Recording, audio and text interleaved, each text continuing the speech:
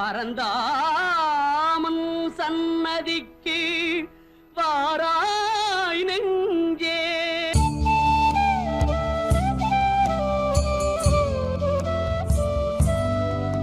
என்னை ஆட்கொண்டு வழிநடத்தும் சச்சிதானந்த சத்குருமூர்த்தியின் திருப்பாதங்கள் கோடி கோடி நமஸ்காரம். அன்பான பக்தர்களே, இன்று ஒரு முக்கியமான ஒரு நாள். அதாவது பல அவதாரங்களை பண்ண பகவான் கலியில் மக்கள் வேதனைப்படும் போது கல்கியை கலக்க வந்த அவதாரம்தான். அகர முதலெழுத்தெல்லாம் ஆதி பகவான் முதற்கே உலகென்று சொல்லி அந்த ஆதிசக்தியே ஜெகன்மாதா காயத்ரி சித்தராக அவதாரம் பண்ணி அவருக்கு நேரடியாக அந்த அருளுக்கு பாத்திரமாகி அவருடைய நேரடி தரிசனம் பெற்று உலகம் புல்லா கல்கி இல் வேதனைப்படும் மக்களை காப்பாற்றுவதற்காக காயத்ரி மந்திரம்தான் சிறந்த மந்திரம். காயமாகிய இந்த உடல் கலி புருஷனால் வேதனைப்படும் போது மக்கள் சொல்லனா துயரங்கள் வேதனைப்பட்டு கொண்டிருக்கிறார்கள். நோய் நொடி வறுமை எல்லாருக்கும் இப்போ பார்த்தீங்களன்னு சொன்னால் நோய், பொருளாதார பிரச்சனை, குடும்பங்கள் ஒற்றுமையாக இருக்கலாம், எல்லோருக்கும் ஏதோ ஒரு பிரச்சனை, பிள்ளைகள் எல்லோரும் அப்படி என்று சொன்னால் அது கலி தர்மம் குறைந்து அதர்மம் ஓங்கும் போது கலிபுருஷன் வரும் மக்களை கைப்பொம்மையாக இருந்து ஆட்டும் போது பகவானே அவதாரம் பண்ணுற ஒரு மாபெரும் சக்தி வாய்ந்த ஆதிசக்தியாகிய எல்லா தெய்வங்களுக்கும் சக்தி கொடுக்கக்கூடிய ஆதிசக்தியாகிய அந்த ஜெகன்மாதா காயத்ரி சித்தராக அவதாரம் பண்ணி மந்திரங்களில் நான் காயத்ரி ஆண்டு சாஸ்வதமாக உரைத்த அந்த பகவானே காயத்ரி சித்தராக அவதாரம் பண்ணி மண்ணுலகம் ஃபுல்லாக மக்களை காப்பாற்றுவதற்காக அவதாரம் பண்ண அந்த நாளில் 92வது அவதார நாள். என்று என் குருநாதருக்கு 92 வயசு. அப்போ இந்த 92வது அவதார நாளில் நாங்கள்லாம் அவரை நினச்சி பிரார்த்தனை பண்ணுற பெரும் பாக்கியம் என்னடினா, வையத்துள் வாழ்வாங்கு வாழ்பவர்கள் வானுரையும் தெய்வத்துள் வைக்கப்படும் அப்படின்னு சொல்லி, வையத்துள் எப்படி இந்த வையத்துள் இன்ப துன்பங்கள் நிறைந்த இந்த உலகத்தில் இன்பமும் துன்பமும் இல்லானே உள்ளான் ஒரு அமைதியான ஒரு ஆள் கடவுள் எங்களுக்குள்ளே இருக்கிறார். இந்த காயத்துக்குள்ளே இந்த இன்பமும் துன்பமும் இல்லாமல் இருக்கிற இந்த உலகத்துக்குள்ளே அந்த இன்பமும் துன்பத்தையும் பாருங்கள் சரிசமனாக எடுத்து அது பாருங்கள் அதை கொண்டு வழிநடத்தக்கூடிய மனநிலையை பெற்றவர்கள் சித்தர்கள், யோகிகள், ஞானிகள். நேரடியாக கடவுளுடைய பாருங்கள் அருளை பெற்று மண்ணுலகத்தில் சித்தன் போக்கு சிவன் போக்கு என்று சொல்லி அவதாரம் பண்ணி உலகத்தில் துன்பங்கள் வரும்போது சித்த புருஷர்கள் அவதாரம் பண்ணுவார்கள். ஆனால் கலிபுருஷன் பாருங்கள் மக்களை வேதனைப்பட்டு அந்த சக்தியை வெல்வதற்கு கடவுளே அவதாரம் பண்ணுவார். அப்படி ராமரும் கிருஷ்ணராக அவதாரம் பண்ண ஒரு அவதாரம் தான் காயத்ரி சித்தர் போகுது. என்னை ஆட்கொண்டு வழிநடத்தும் என் குருநாதரை பாருங்கள் நாம் சந்திக்கும் பாக்கியம் கிடச்சி அவர்கிட்ட கட்டளையை சிறமேற்கொண்டு அந்த பணியை செய்து கொண்டு வரும்போது அடியேனுக்கு பாருங்கள் உலகத்தில் பாருங்கள் தான் பெற்ற இன்பம் பெருக வையகம்னு சொல்லி இந்த உலகத்தை காப்பாற்றுறது தன்னுடைய குருநாதர் அம்பத்தூரில் அகஸ்தியரால் பாருங்கள் பள்ளிய கலையில் கண்டியில் பிறந்த அகஸ்தியரால் 9 வயது ஆட்கொள்ளப்பட்டு நீலகிரி மலைத்தொடரில் அகஸ்தியர்கிட்ட போய் பாருங்கள் அவர் தான் அந்த கதையை நம்ம சொல்லியிருக்கிறோம். அங்கே போய் இவருடைய குருநாதர் பாருங்கள் அம்பத்தூரில் கன்னியா யோகி இருக்கிறார் அப்படின்னு சொல்லி அவர்கிட்ட போக வச்சு அந்த குருநாதருக்கு பாருங்கள் அசைக்க முடியாத குரு பக்தி வச்சு அவருக்கு சேவை செய்து அவருடைய முழு அருளுக்கும் பாத்திரமாகி எல்லா சித்திகளையும் பெற்று மண்ணுலகம் ஃபுல்லாக மக்கள் வேதனைப்படுறாருன்னு சொல்லி காயத்ரி ஜெகன்மாதா காயத்ரியுடைய நேரடியாக அவருடைய சித்தி பெற்று இந்த மண்ணுக்கு வந்து பாருங்கள் வழிகாட்டின அந்த பகவான், இந்த மண் உலகத்து மாண்புற வழிகாட்டின அந்த பகவானுடைய 92வது நாங்கள் அவதார நாளில் பங்கு பெற்று பெரும்பாக்கி வேணும்னு சொன்னால் கடவுளை நாங்கள் நேரடியாக காணவில்லை. எங்களை படைத்தவனை பார்ப்பதா சித்தர்கள், மகர்ஷிகள், யோகிகள் சில நேரங்கள் அவதார புருஷர்கள் அந்த அவதார புருஷரோட காலத்தில் நாங்கள் வந்திருக்கிறோம் அப்படின்னு சொன்னால் அர்ஜுனன் பாருங்கள் பாண்டவர்கள் மகாபாரதத்தில் கௌரவர்களுக்கும் பாண்டவர்களுக்கும் இப்படி ஒரு சிக்கல் கலியுகம் முத்தி வரும்போது தான் அங்கே பகவானை அவதாரம் பண்ணி பாண்டவர்கள் பக்கம் இருந்த மாதிரி பகவான் பாருங்கள் லட்சக்கணக்கான மக்கள் அவர்கிட்ட வந்தவர்கள் அடியன் அவர்கிட்ட இருக்கும்போது பல பணக்காரர்கள் இருந்து பல அரசியல் எல்லோரும் வந்தவர்கள். ஆனால் பாருங்கள் பகவான் எங்களுக்கு இந்த மண்ணிலே வந்து இன்றும் வீட்டிலிருந்து எங்களுக்கு வழிகாட்டக்கூடிய ஒரு வழி கிடைச்சிங்கன்னா இது புண்ணிய பூமி.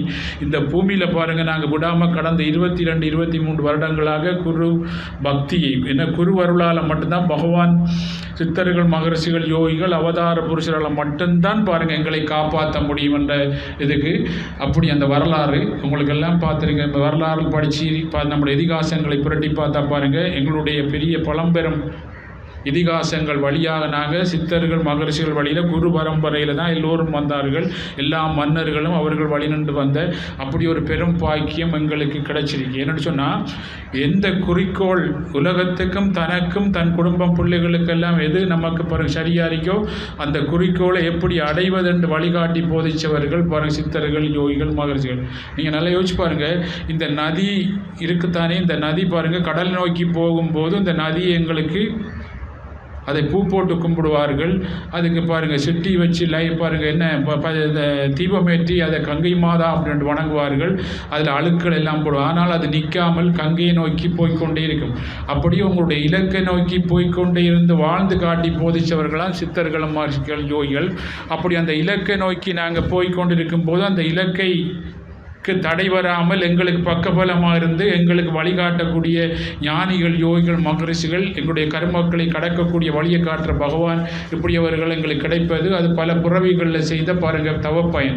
இன்றைக்கு நீங்கள் இந்தியாவில் போனால் பாருங்கள் எல்லோரும் சித்தர்கள் வழிபாடு சித்தர்கள் வழியில் போனால் தான் காப்பாற்றப்படலாம்னு சொல்லி எல்லா இடங்களும் சித்தர்களை நோக்கி போய் கொண்டிருக்கும் போது எங்களுக்கு பாருங்கள் பகவானை இங்கே அவதாரம் பண்ணி இங்கே வந்து பாருங்கள் எங்களுக்கு ஒரு வழிகாட்டக்கூடிய ஒரு இடத்தை கொடுத்து எங்களுக்கு வழிகாட்டி பாருங்கள் கடந்த 22 வருடமாக நாங்கள் ஒரு மூலையிலிருந்து பாருங்கள் வழி அந்த மக்களுக்காக நாங்கள் எல்லா மக்களும் மாண்புற வழிகாட்டக்கூடிய அந்த பகவான் இங்கே ஒரு சின்ன ஒரு பாருங்கள் ஒரு மூலையிலிருந்து இந்த உலகம் ஃபுல்லாக அர்ஜுனனுக்கு கீதையை உபதேசம் பண்ணி இந்த உலகம் ஃபுல்லாக உபதேசம் பண்ண மாதிரி எங்களுக்கு பாருங்கள் ஒவ்வொரு கிழமைகளும் உபதேசங்கள் ஞான உபதேசங்கள் கர்மயோகங்கள் ராஜயோகம் இப்படி எல்லாத்தையும் பற்றி எங்களுக்கு உபதேசம் பண்ண வச்சு எங்களை இந்த உலகத்தில் பாருங்கள் வாழும் வரை சகல போக சுகங்களும் பாருங்கள் பெற்று அதை தாக்காமல் வாழக்கூடிய அந்த ஞானத்தை கொடுக்கக்கூடிய ஒரு பெரிய வழிகாட்டி கொண்டு வர அந்த பகவானை நினச்சி பிரார்த்தனை பண்ணுவதற்கு எங்களுக்கு பெரும் பாக்கியம் கிடைச்சிருக்கு. சிந்திச்சு பாருங்கள். அப்படி ஒரு பெரும் ஒரு கதை ஒன்று இருக்குது பாருங்கள். நீங்கள் போகிற பாதை பாருங்கள் அது சரியாக இருந்தேன்டா நீங்கள் போகிற பாதையில் பாருங்கள் ஒரு தடையும் இல்லாமல் இருந்தேன்டா அது நீ போகிற பாதை இல்லை. ஆனால் நீ போகிற பாதையில் பாருங்கள் அது கல்லும் முழும் தடையாக இருக்க வேண்டாம் அதுதான் உன்னுடைய பாதை என்ற மாதிரி நாங்கள் இந்த பாதையை நோக்கி போகல பாருங்கள் தடையாக இருக்குது. பலதரப்பட்ட பாருங்கள் வேதனைகள் துன்பங்கள் நிறைந்த இந்த உலகத்தில் இந்த பாதையை நோக்கி நாங்கள் போகும்போது தடையாக இருக்கணும்னா இதுதான் எங்களுக்குரிய உண்மையான பாதை என்பதை காட்டி அந்த பாதையில் போகக்கூடிய போகிற சோதனைகள் வேதனைகள் நிறைந்த இந்த பாதையில் போகும்போது எங்களுக்கு தடை ஏற்படும் போது பக்கபலமாக இருந்து வழிகாட்டுறதான் குரு. அப்போ எங்களுக்கு துன்பங்கள் வேதனை வரும்போதெல்லாம் பாருங்கள் நாங்கள் குருவை என்னையே நினச்சி என் குருநாதர் எனக்கு அடிக்கடி சொல்வார் உச்சி மீது வானடிந்த போதிலும் அச்சமில்லை அச்சமில்லை ஒரு குருவை சரணடைஞ்சா அப்படி இருக்கணும் மகாபலி பாரதி என்று எங்களுக்கு அடிக்கடி உபதேசம் பண்ணுவார். இன்னொன்று பாருங்கள் அடிக்கடி சொல்ல இந்த மண்ணாகும் உடலை மண்ணுக்கே போட்டு போடலையா இந்த மண்ணாகும் உடலை மண்ணுக்கே போடுற விதியை நாங்கள் தான் உண்டாக்குன அந்த விதியை பாருங்கள் வெல்றலையா புண்ணிய ரட்னம் அப்படின்னு சொல்லி அடிக்கடி கேட்டு உபதேசம் பண்ணார் பாருங்கள். ஏன்னா இந்த மண்ணாகும் உடலை எல்லாரையும் போல மண்ணுக்கு போட்டு போகிறோம் நாங்கள் வெல்ற இல்லையா அப்படின்னு சொல்லி அந்த வெல்வதற்கு வழிகாட்டி இந்த மண்ணாகும் உடலை பாருங்கள் மண்ணுக்கு போகிற உடலை அந்த விதி எங்களை வேதனைப்படுத்துகிற விதியை நாங்கள் தான் உண்டாக்குன பல புறவிகளில் அதை நாங்கள் உண்டாக்குன விதியை நாங்கள் வெல்லலாம் தானே அப்படின்னு சொல்லி வழிகாட்டுவார். சிந்திச்சு பாருங்கள். நாங்கள் தான் உண்டாக்குனேன் அதை நாங்கள் பார்க்கலாம். இப்போ பாருங்கள் ஒரு தோசை சுடணும் அப்படின்னு சொல்லி நாங்கள் மாவெல்லாம் கரைக்கும் போது அது பாருங்கள் அது வித்தியாச முறையில் தண்ணி ஆகுனா அதுக்குள்ளே இன்னும் கொஞ்சம் மாவு போட்டு நாங்கள் ரொட்டியாக மாற்றலாம். அது மாதிரி இந்த உலகத்தில் பாருங்கள் கர்மாக்களை கடந்தவர்கள் கர்மாக்களை வென்றவர்கள் இந்த பூமியில் அடிக்கடி உபதேசம் பண்ணார்கள். ஏன் நாங்கள் அவர்கள் வழியில் போய் நாங்கள் கேட்டு அவர்களை வெல்லேலாம். மார்க்கண்டேய மகரிஷி பாருங்கள் தான் பாருங்கள் தவம் பண்ணி அவங்களுடைய அப்பா அம்மா அவர்கள் தவம் பண்ணிருக்கும் போது சிவபெருமானை வந்து கேட்டார் உங்களுக்கு பாருங்கள் நீண்ட ஆயுள் கொண்ட பாருங்கள் எல்லா துன்பங்களும் பாருங்கள் தரக்கூடிய ஒரு கூடாத ஒரு மகன் பிறக்க வேணுமா? சகல நற்குணங்களும் உலகத்தில் பாருங்கள் வரக்கூடிய ஒரு 16 வயது நிரம்பிய மகன் தேவையான்னு கேட்ட உடனே நம்ம எல்லாம் என்ன கேட்போம் பாருங்கள், ஒரு நற்குணங்கள் நிறைந்ததான் தேவைன்னு சொன்னார்கள். அந்த 16 வயது நெருங்கும் போது, அந்த 16 வயது வரும் போதிலே அவங்களுடைய அப்பா என்ன செய்தார்டா, இவர் எல்லா மகரிஷிகள்கிட்டையும் கொண்டு ஆசீர்வாதம் பண்ண வச்சார். ஏனென்றால் சிவபெருமான்கிட்ட தவம் பண்ணி பெற்ற பிள்ளை. அப்போ சிவபெருமான்கிட்ட பாருங்கள் தவம் பண்ணி பெற்ற பிள்ளை என்று சொன்னால் அவருக்கு பாருங்க அவ்வளோக்கு அறிவு இருக்கும். 16 வயதில் அவனுக்கு அப்படி திறமையான அறிவு. ஆனால் அவருடைய தந்தை பாருங்கள் 16 வயதில் அவர் மரணம் ஏற்படும் என்று சொல்லி அவருடைய தந்தை எல்லா ரிஷிகள்கிட்டையும் கொண்டு அவர் ஆசீர்வாதம் பண்ணக்குள்ள எல்லா ரிஷிகளும் நீ நீண்ட ஆயுளோடு இருக்கணும், நல்லா இருக்கணும். நீங்கள் எல்லாம் யோசிச்சு பாருங்கள், யார காலில்ண்டா இருந்தால் உங்களுக்கு அடித்தவன்ட்ட காலில் விழுந்தவொடனே நீ நல்லா இருப்பா, நான் தெரியாமல் அடிச்சு போடணும்னு சொல்லுவேன். ஏன்னா காலில் விழுந்தால் கட்டாயம் நம்மளுக்கு ஆசீர்வாதம் பண்ணுவாங்க. இப்படி பாருங்கள் அவங்களோட அப்பா எல்லா ரிஷிகள்கிட்டையும் கொண்டு ஆசீர்வாதம் பண்ணார். இறுதியில் பாருங்கள் ஒரு நாள் பள்ளிக்கூடம் போய் வரப்போல அவங்களோட அம்மா அப்பா 16 வயது நிரம்பி விட்டது இவனுக்கு, நாளைக்கு மரணம் ஏற்பட போன்று அழுறார்கள். ஆனால் பாருங்கள் இவன் ரிஷிகள்கிட்ட ஆசீர்வாதம் பண்ணது அப்புறம் அவங்களோட அம்மா அப்பா தவம் பண்ணி அவங்களோட அம்மா அப்பாட்டுடைய கர்மாக்கள் எல்லாம் கரைஞ்ச போது தான் அந்த வயிற்றில் அவன் அந்த உயிர் ஆரம்பித்தது. அப்போ அந்த பிள்ளை பாருங்கள் என்னன்னு சொன்னால் பாசம் பற்றுக்கு பின்னால் அப்பா அம்மா அழுறாங்க இப்படி என்று சொல்லி போனால் அவனுடைய அஞ்ஞானத்தால் அவனுடைய பாருங்கள் என்னையும் அவன் மரணத்திற்கு போயிருப்பான். ஆனால் அந்த பிள்ளை பாருங்கள் எல்லா ரிஷிகள்கிட்டையும் ஆசீர்வாதம் வாங்கின பிள்ளை.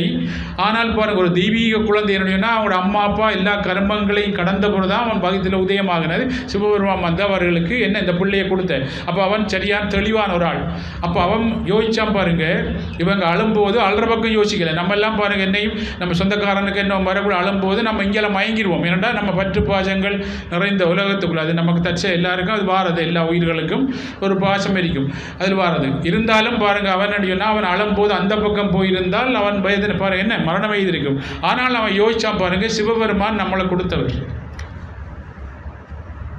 அழல்ல, சிவபெருமான் நம்ம கொடுத்தவர் பாருங்க. அவர் பக்கம் போய் நம்ம சாந்தம் சொன்னால் இந்த மரணத்திலிருந்து நாங்கள் வெல்லலாம் அப்படின்ட்டு சிவபெருமான் நோக்கி பாருங்க தவம் பண்ணி அவரே கட்டி பிடிச்சிட்டான். அந்த லிங்கத்தை கட்டி பிடிக்கும் போது இவனுக்கு 16 வயது நிரம்பி இருக்கு பாருங்க. இவனுக்கு மரணத்தில் சரி அப்படின்னு சொன்ன யமதர்மராஜா இவனுக்கு தூது அனுப்புகிறார்கள், அவருடைய ஆக்களை அனுப்புகிறார்கள்.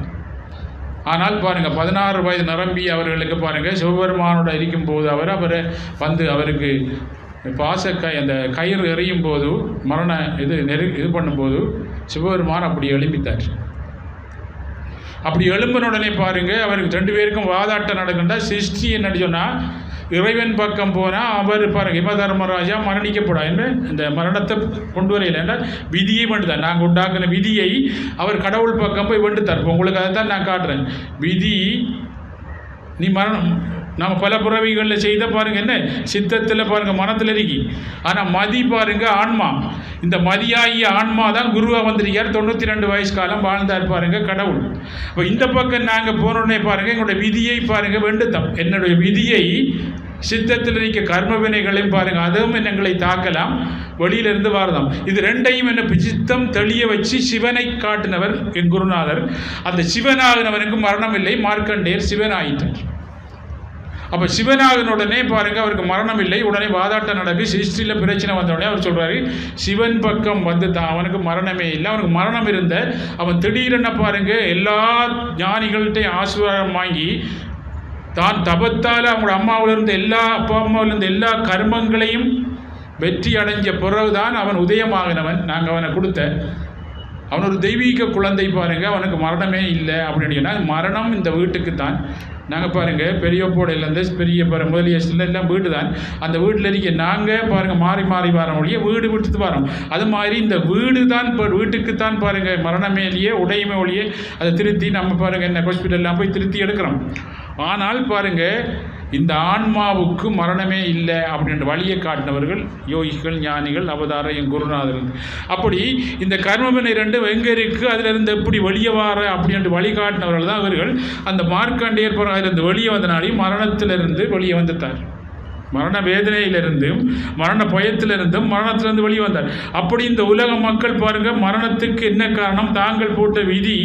அந்த விதியை மண்ணாகும் உடலை எனக்கு அடிக்கடி சொல்வார் சுவாமி, இந்த மண்ணாகும் உடலை எல்லாரையும் போல மண்ணுக்கு போடுறது கத்திட்டு போகிறதாப்பா, நீ வெல்ற இல்லையா அப்படின்னு கேட்பார். இன்னொன்று சொல்வார் பாருங்கள், எங்களுக்கு தைரியம் விடுறதுக்கு, உச்சி மீது வானிடுந்த போலும் அச்சமில்லை அச்சமில்லை மகாபை பாரதி சொன்ன மாதிரி அச்சப்படப்பட ஒரு குருவை நாங்கள் பரிபூர்ணமாக சரணாகதி அடையும் போது இந்த அச்சமே இருக்காதப்பா, அந்த குரு உன்னை பாதுகாத்துக் கொள்வார்.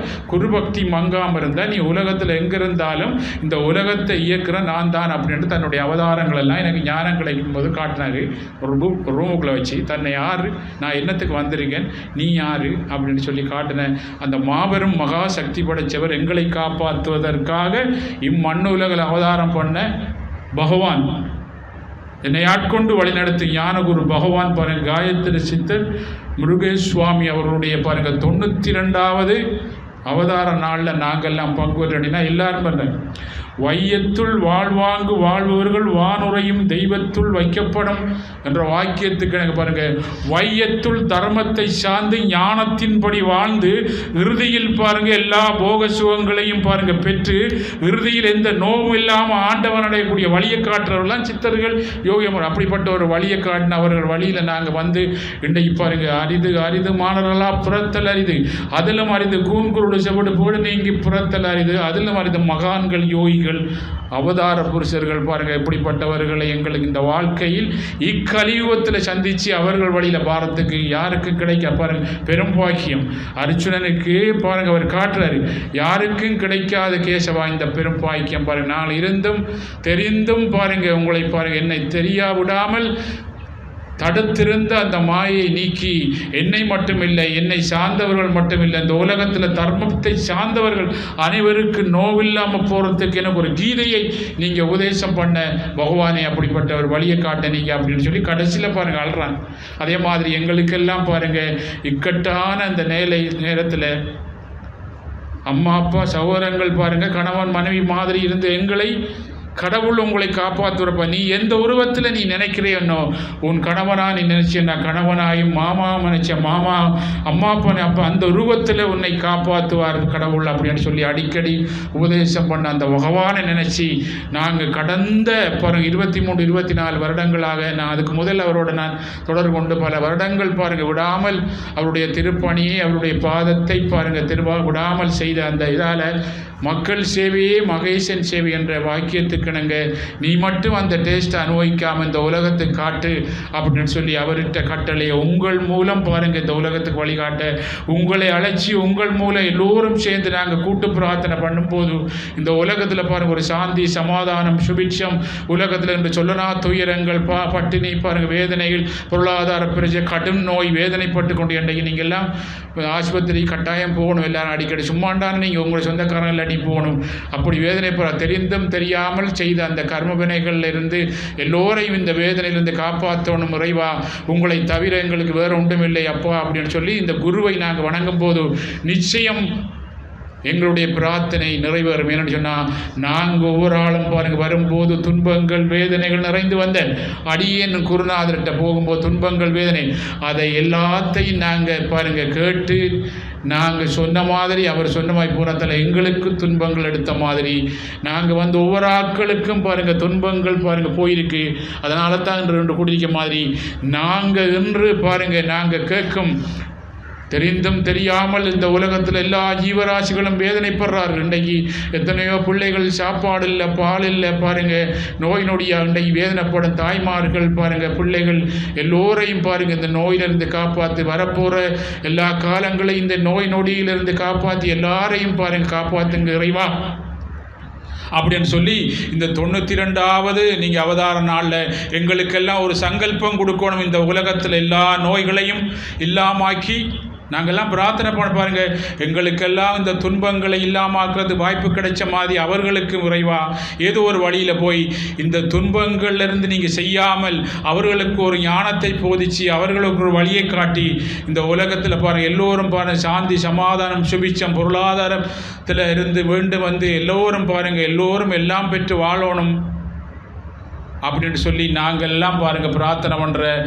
மக்கள் இறைவன் பாருங்கள் எதையும் எதிர்பார்க்காமல் இந்த மண்ணுலகம் ஃபுல்லாக போதிக்கிற அவருக்கு நாங்கள் இப்படி சொல்லும் கட்டளை பாருங்க, அவருக்கு நாங்கள் சொல்லும் அந்த வாக்கியம் மிக சிரிப்போடு என் குருநாதர் ஏற்றுக்கொண்டு நிச்சயம் வரப்போகிற காலத்தில் பாருங்க, அடுத்த கிழமை இருந்தும் இந்த உலகத்தில் நோய் நொடிகளில் பாருங்க குறைந்து வாரத்துக்கூடிய எல்லா வைத்தியங்களையும் கண்டுபிடிச்சி தெரிந்தும் தெரியாமல் இந்த நோயிலிருந்து வெளியே வந்து அவர்களும் பாருங்கள் எல்லோரையும் போல சந்தோஷமாக எல்லாத்தையும் பெற்று சந்தோஷமாக வாழக்கூடிய ஒரு வழியை காட்டோனும் இறைவான்னு சொல்லி இந்த 92வது உங்கள் பிறந்த நாளில் அவதார நாளில் இந்த உலகத்துக்கு ஒரு வெளிச்சத்தை கொடுக்கணும் அப்படின்னு சொல்லி நாங்கள் பிரார்த்தனை பண்ண வீண் போகாது.